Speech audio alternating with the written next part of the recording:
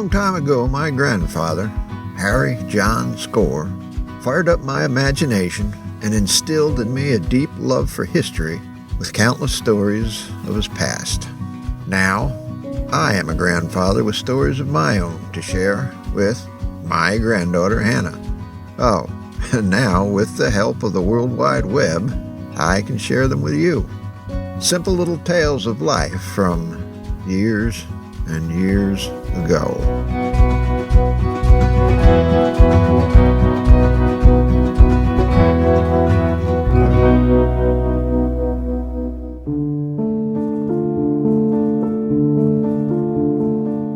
I was considering leaving this episode for Halloween, or maybe for episode 13, just to rile up those of you suffering from triskaidekaphobia, but Bob Jr. sort of suggested I do it now. So, since he's the only one in this partnership that seems to know what he's doing, I figured I'd best be doing what I'm told. Or suggested. The question is, do I believe in ghosts? Well, when it gets right down to it, I really don't know. Over the years, I've seen things and heard things that maybe I can explain, and maybe not. Maybe my memory of them isn't quite what it should be.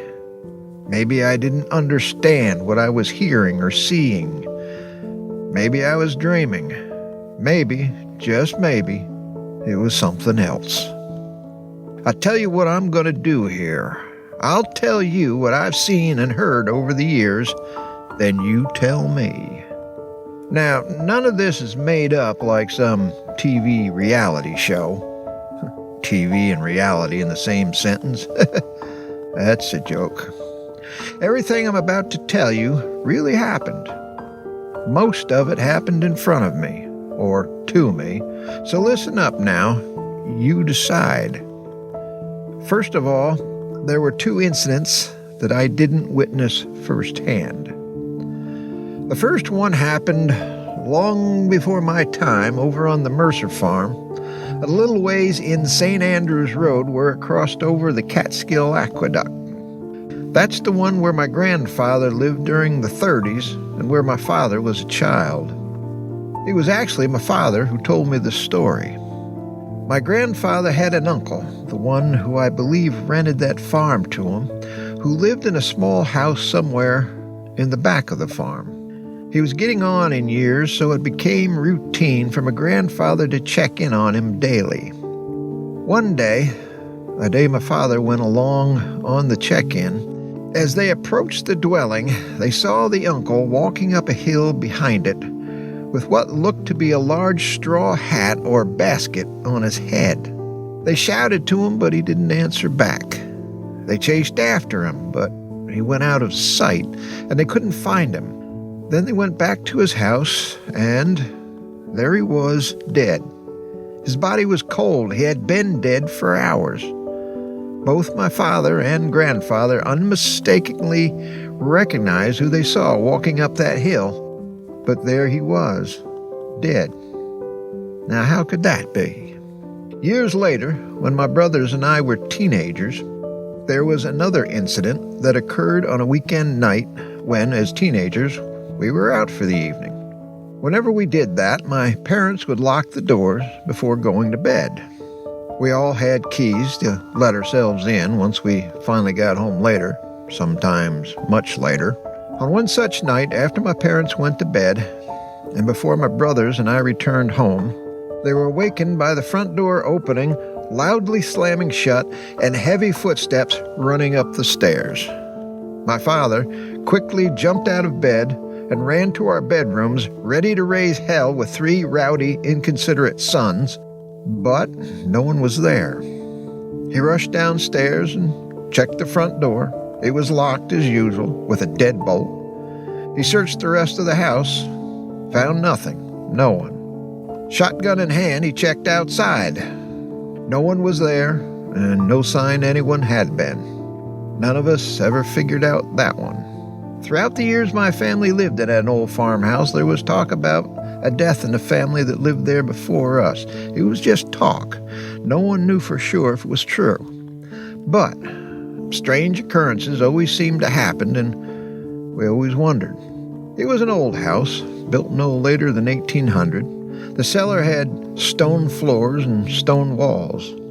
Only a small square opening in the upstairs ceiling allowed access to the attic. In all of the 21 years that I lived in that house, I never once remember any of us going up there. It's very common for such old dwellings to make noises, but heavy footsteps, slamming doors, and random voices are not just any noises.